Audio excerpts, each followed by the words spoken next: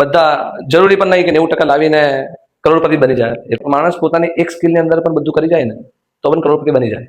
કેમ છો વિદ્યાર્થી મિત્રો, સ્વાગત છે તમારું તમારી ચેનલ જેનું નામ છે કોમર્સ વિથ હિરેન ગુજરાતી. આજે આપણે શરૂ કરવા જવાના છે સ્ટેટ્સમાં અગાડીનો પોઈન્ટ 1.2. 1.2 માં આપણે કવર કરવાના છે આજે અચલ આધારે સૂચક આંકનું પરંપરિત આધારે સૂચક આંકમાં અને પરંપરિત આધાર સૂચક આંકનું અચલ આધાર સૂચક આંકમાં. નામ જેટલું ડિફિકલ્ટ લાગે છે એટલું ડિફિકલ્ટ નથી, કેમ કે દુનિયામાં બધી વસ્તુઓ જે મોટી મોટી દેખાય એટલી ડિફિકલ્ટ નથી હોતી.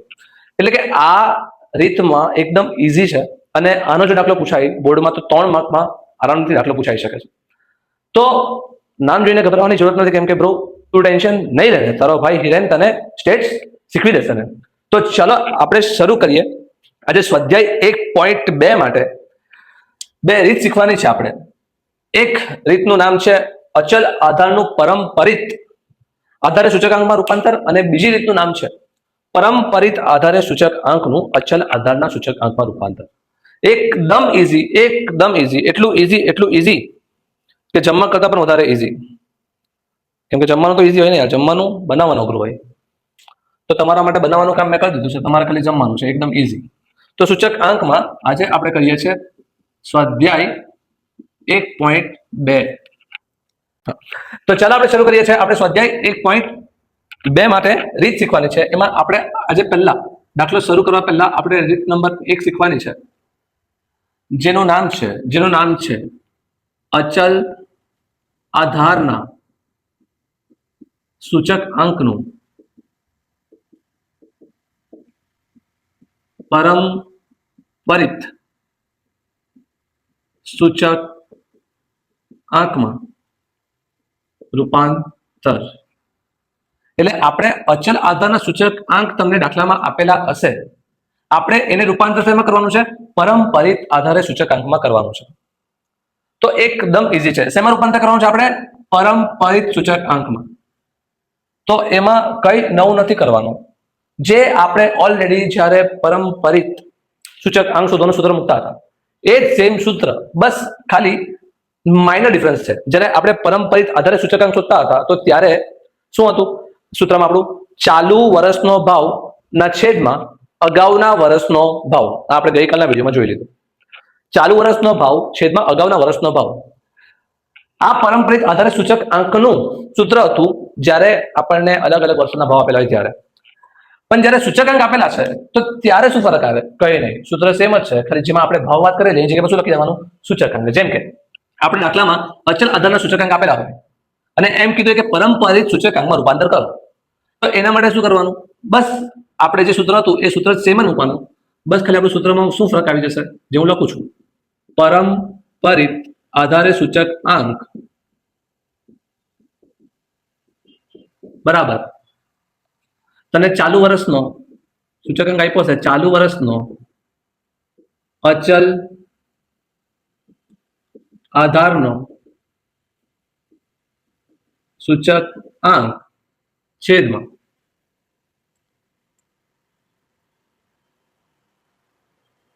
અગાઉના વર્ષનો અચલ આધારનો સૂચકાંક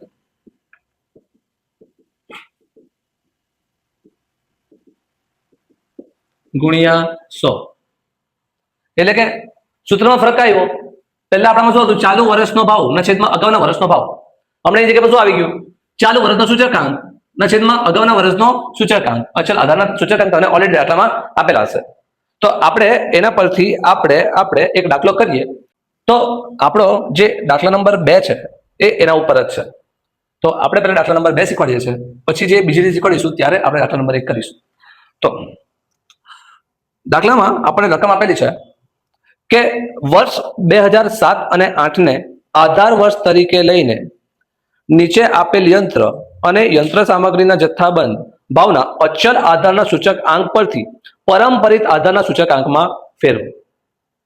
એટલે રકમને ધ્યાનથી વાંચવી જરૂરી છે. વારંવાર આપણે એક જ વસ્તુ કહીએ, રકમ નહીં ધ્યાનથી વાંચે તો ભૂલ થઈ જાય. તો આપણે અચલ આધારના સૂચકાંકને પરંપરિતમાં ફેરવવાનું છે દાખલા નંબર 2 માં.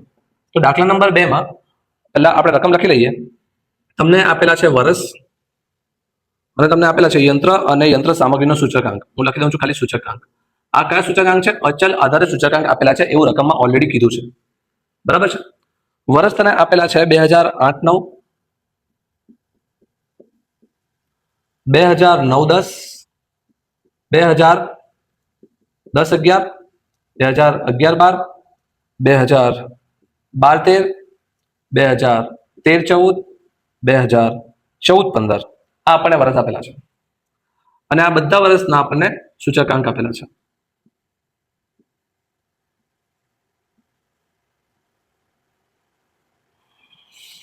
સૂચક અંક આપણને આપેલા છે. પહેલાનો 117.4, 118 જ છે. પછી છે 121.3, પછી છે 125.1, પછી છે 128.4, પછી છે 131.6, પછી છે 134.6. બરાબર છે. તો આ આપણે લખી રહ્યા સૂચકાંક. એટલે આપણે આ રકમ પહેલા લખી દેવાની. તમારે પણ જ્યારે જવાબ કરો ત્યારે પણ આટલી વસ્તુ પહેલા કરવી જરૂરી છે. એના પછી દાખલો ચાલુ કરવાનો. આપણા દાખલામાં કીધું છે કે તમારે અચલ આધારના સૂચકાંકને પરંપરિત આધારમાં ફેરવવાનો છે. તો તમારે જ્યારે દાખલો તમે કરો આ બે વસ્તુ લખીને બાજુમાં અહીંયા સૂત્ર લખી દેવાનું કે પરંપરિત આધારે સૂચકાંક એટલે કે I બરાબર ચાલુ વર્ષનું અચલ આધારનો સૂચકાંક છેદમાં અગાઉના વર્ષનો અચલ આધારનો સૂચકાંક ગુણ્યા 100. બરાબર છે. તો જો આપણને રકમમાં બીજી એક વસ્તુ એ કીધી છે.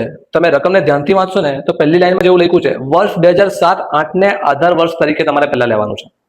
2007-8 આપણને આપેલું છે અહીંયા કશે? ના, આપણને 2008-9 થી ચાલુ થાય છે. 2007-8 આપેલું નથી. તો 2007-8 જ્યારે આપણે નથી આપેલું તો આપણી પાસે 2007-8 નો સૂચકાંક પણ નથી.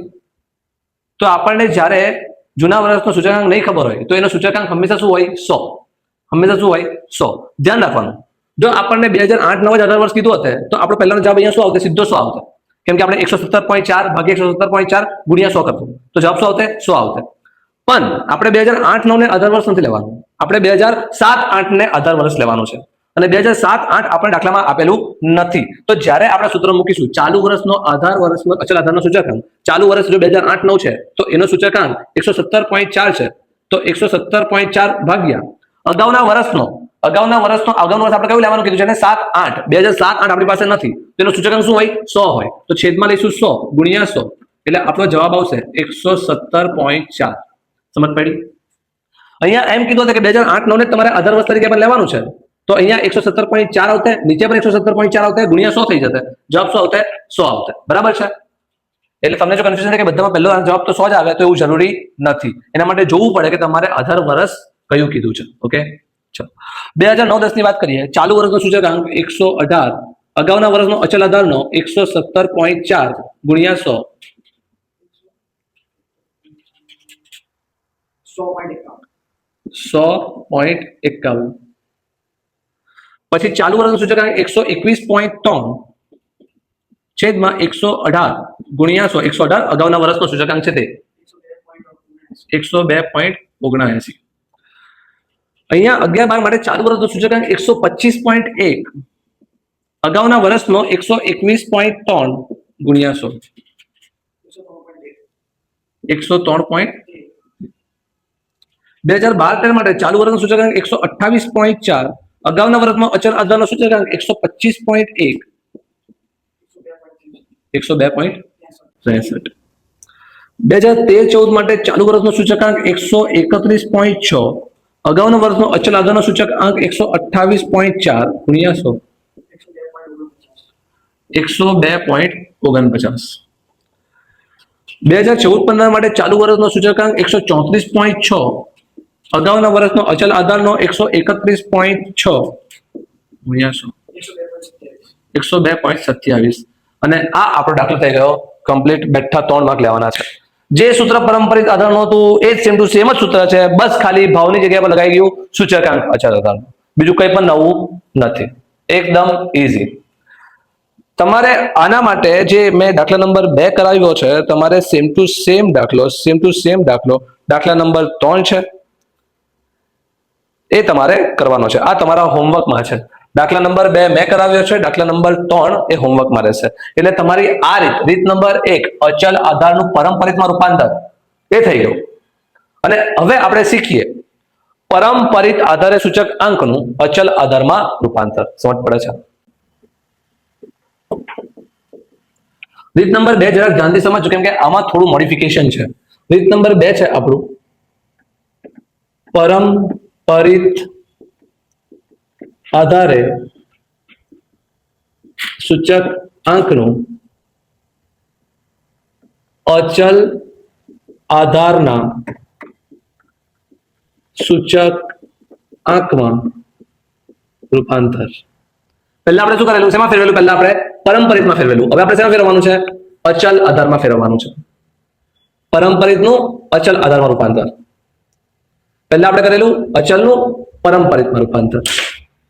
તો આ પણ એકદમ ઈઝી છે, એકદમ ઈઝી. પરંપરિત આધારે સૂચક અંકનું અચલ આધારના સૂચક અંકમાં રૂપાંતર કરવું હોય તો સૌ પ્રથમ આપણે ઉપર તો જે આપણને આપેલું હોય ચાલુ વર્ષ માટે જે સૂચકાંક આપેલો હોય, તમને સૂચકાંક આપેલા જ હશે અને તમને સીધી વાત છે, તમારે રૂપાંતર શેમાં કરવાનું છે? પરંપરિતનું અચલ આધારમાં. તો તમને દર વખતના સૂચકાંક કયા આપેલા હશે? પરંપરિતના આપેલા હશે. તો પહેલા આપણે અહીંયા કરીશું ચાલુ વર્ષ માટે ચાલુ વર્ષનો પરંપરિત આધારનો સૂચક અંક ગુણ્યા અગાઉના વર્ષનો અચલ આધારનો, શબ્દ પર ધ્યાન આપજે, અચલ આધારનો સૂચક અંક છેદમાં 100. ચાલુ વર્ષનો પરંપરિત આધારનો લેવાનો અને અગાઉના વર્ષનો અચલ આધારનો. જોજે અહીંયા પરંપરિત આધાર છે અને અહીંયા અચલ આધાર છે. સર આપણે દાખલામાં તો કયા આપેલા છે? પરંપરિત આપેલા છે. અને અચલ આધારનો સૂચકાંક કેવી રીતે આવશે એ હું બતાવું છું. તો આપણે આના માટે આપણે શીખીશું સ્વાધ્યાય 1.2 નો દાખલા નંબર 1. દાખલા નંબર 1 ની રકમ પર બધા લોકો ધ્યાન આપશે. પહેલા ધ્યાનથી કે એક રાજ્યના વર્ષ 2008 થી 2014 સુધીના કૃષિ ઉત્પાદનના પરંપરિત આધારે મેળવેલ સૂચક આંક નીચે મુજબ છે. શેના આપેલા છે? પરંપરિત આધારના સૂચકાંક નીચે મુજબ છે, આવું લખેલું છે. એટલે તને જે નીચે સૂચકાંક આપેલા છે કૃષિ ઉત્પાદનનો એ કયા છે? પરંપરિત આધારના સૂચકાંક છે. તે પરથી અચલ આધારે સૂચક આંક ગણો એવું લખ્યું છે. અને આધાર વર્ષમાં લખ્યું છે 2007 લો, 2007 લો એવું લખેલું છે. તો જો પહેલા હું અહીંયા રકમ જ લખું છું. વર્ષ આપણને આપેલા છે 2008 થી આપેલા છે 2008, 2009, 2010, 2011, 2012, 2013, 2014. પછી તને કૃષિ ઉત્પાદનનો સૂચકાંક આપેલા છે. આ બધા સૂચકાંક કયા આધારના હશે? પરંપરિત આધારના સૂચકાંક હશે આ બધા. કેમ કે આપણે પરંપરિતને અચલ આધારમાં ફેરવવાનું છે તો આપણી પાસે સીધી વચ્ચે કયા આપેલા હશે? પરંપરિતના આપેલા હશે. 100, 110, 95, 108, 120, 106, 110. આમાં કોઈ ડાઉટ? ચલો હવે આપણે દાખલો ગણીએ.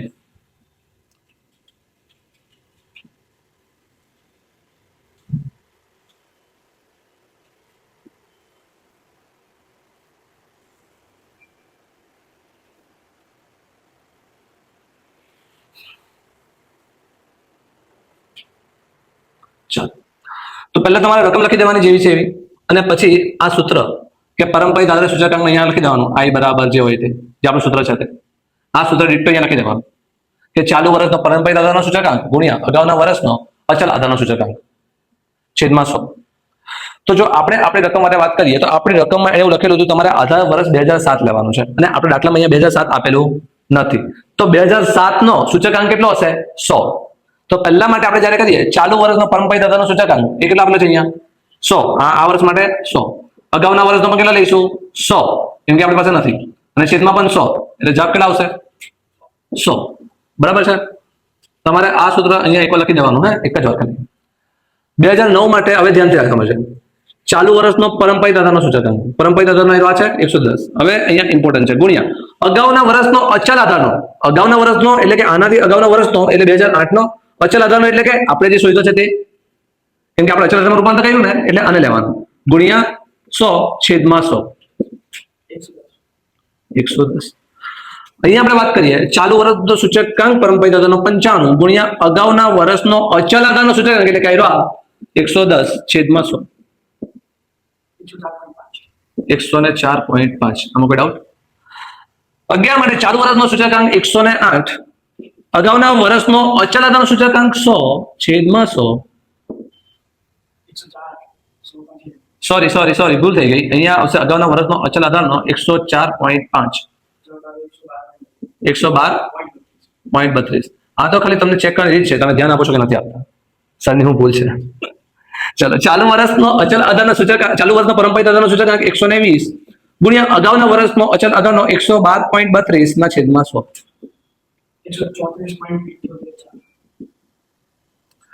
2013 માટે વાત કરીએ તો ચાલુ વર્ષનો સૂચકાંક 106 અગાઉના વર્ષનો 134.78/100 142.86. 2014 માટે વાત કરીએ તો ચાલુ વર્ષનો છે આપણો 110 પરંપરિતનો, અગાઉના વર્ષનો છે આપણો 142.86 અચલ આધારનો છેદમાં 157.14. અને આ આપણો થઈ ગયો પરંપરિત આધારનું અચલ આધારમાં રૂપાંતર. એકદમ ઈઝી. અને આના જેવો સેમ દાખલો તમારો સ્વાધ્યાયનો ચોથો દાખલો છે. ચોથો દાખલો એમાં પણ તમારે અચલ આધારમાં રૂપાંતર કરવાનું છે. તો વિદ્યાર્થી મિત્રો, આપણે આજે શીખી લીધું છે અચલ આધારનું પરંપરિત આધારમાં રૂપાંતર અને પરંપરિત આધારનું અચલ આધારમાં રૂપાંતર. તમારે આના વધારે દાખલા પ્રેક્ટિસ કરવા હોય તો તમે ઉદાહરણ નંબર 9 અને ઉદાહરણ નંબર 10 અને ઉદાહરણ નંબર 8 આ 3 ઉદાહરણને પ્રેક્ટિસ કરી લેજો. અને તમને અમારી પાસે ભણવાની મજા આવતી હોય અને તમે સુરત ગુજરાતમાં રહેતા હો તો તમે અમારી એકેડમીમાં એડમિશન માટે કોન્ટેક્ટ કરી શકો છો. એની ડિટેલ્સ અમે ડિસ્ક્રિપ્શનમાં ઓલરેડી આપેલી છે.